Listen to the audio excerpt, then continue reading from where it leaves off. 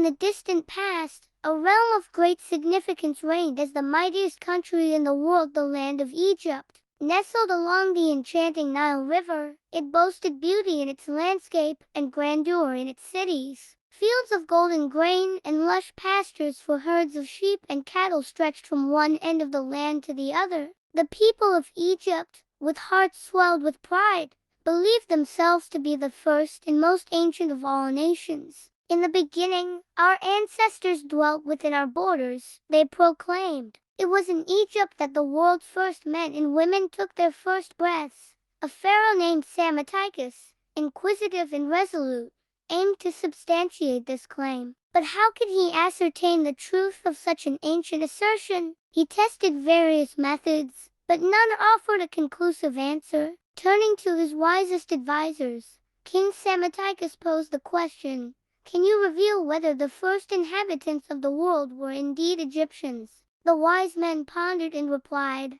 "We are regrettably unable to provide an answer, O king, for our histories do not reach back far enough." Thus, the pharaoh devised a novel approach. He summoned to infants from humble origins, who had never been exposed to human speech. Handing them over to a compassionate shepherd, he ordered that they be reared far from civilization, forbidding any spoken words in their presence. "You must maintain absolute silence in their company," the king emphasized. The shepherd, obedient and caring, followed the king's instructions. He transported the children to a verdant valley where his flock grazed, lavishing upon them the nurturing care they required. Yet, not a single word did he utter in their vicinity. As the years unfolded, the children blossomed, robust and healthy. They frolicked alongside lambs in the meadows, with the shepherd as their sole company. Seasons came and went, and one fateful evening, upon the shepherd's return from the city, the children rushed out to meet him. With outstretched hands, they beckoned, exclaiming, "BECOS! BECOS! BECOS!" This unforeseen development puzzled the shepherd,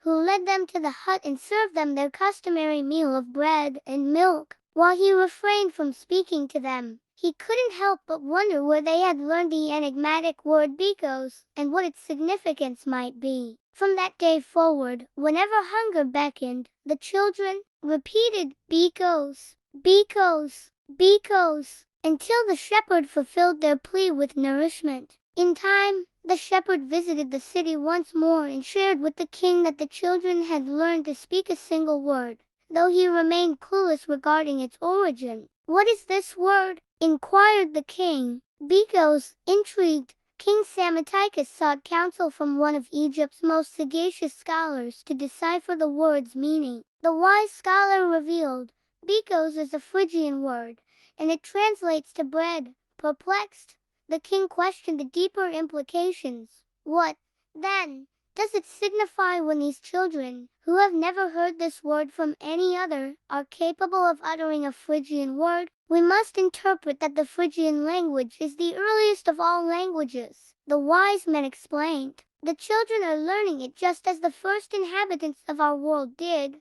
Consequently," concluded the king, "we must deduce that the Phrygians are the most ancient and primordial of all nations." Such was the curious and indirect way of ascertaining an age-old claim. And thus the Egyptians forever acknowledged the Phrygians as the elder race, even though the approach itself proved to be inconclusive.